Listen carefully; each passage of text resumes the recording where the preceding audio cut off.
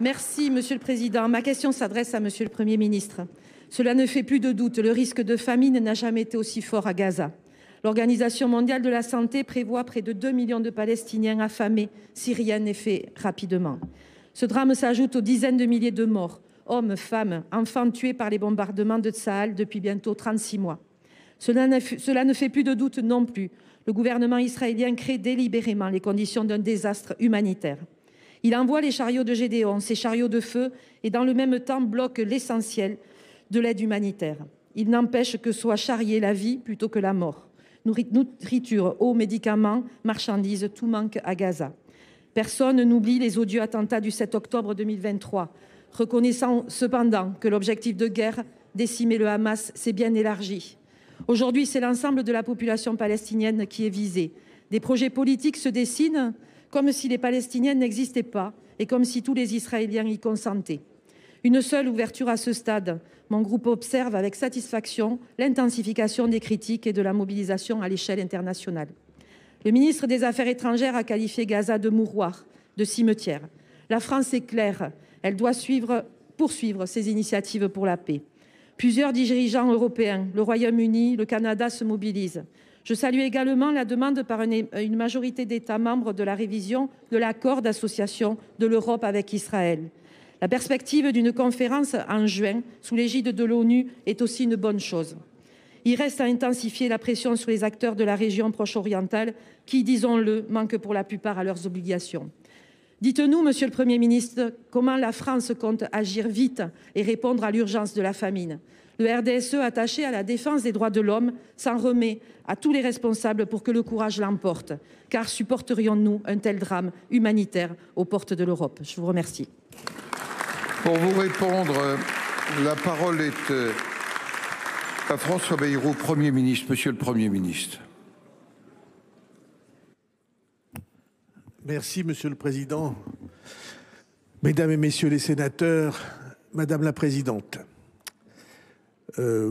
votre question a énoncé clairement et avec émotion la situation telle que nous la voyons, et la volonté de la France a été exprimée de la même manière.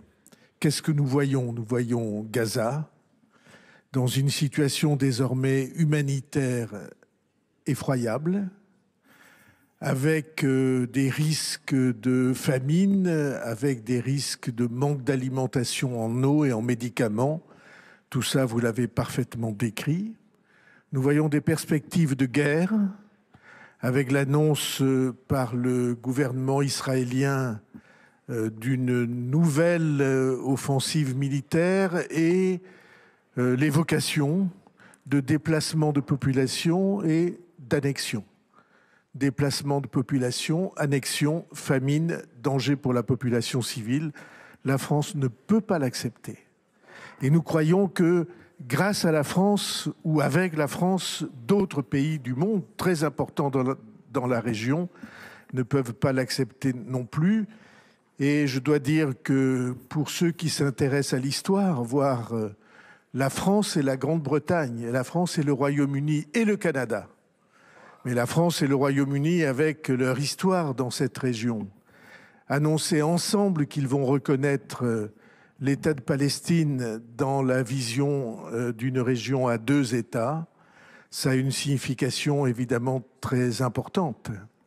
Qu'est-ce que nous pouvons faire? L'aide humanitaire, elle est présente. Il y a des mois de ravitaillement possible en nourriture et en eau qui sont présents à la frontière et qui jusqu'avant-hier n'ont pas pu entrer, et une toute petite quantité est entrée depuis 2 jours. Et donc, notre action va inlassablement dans ce sens. Et comme vous l'avez rappelé, l'action européenne aussi, puisque est remise sur le métier la question des accords entre l'Union européenne et Israël.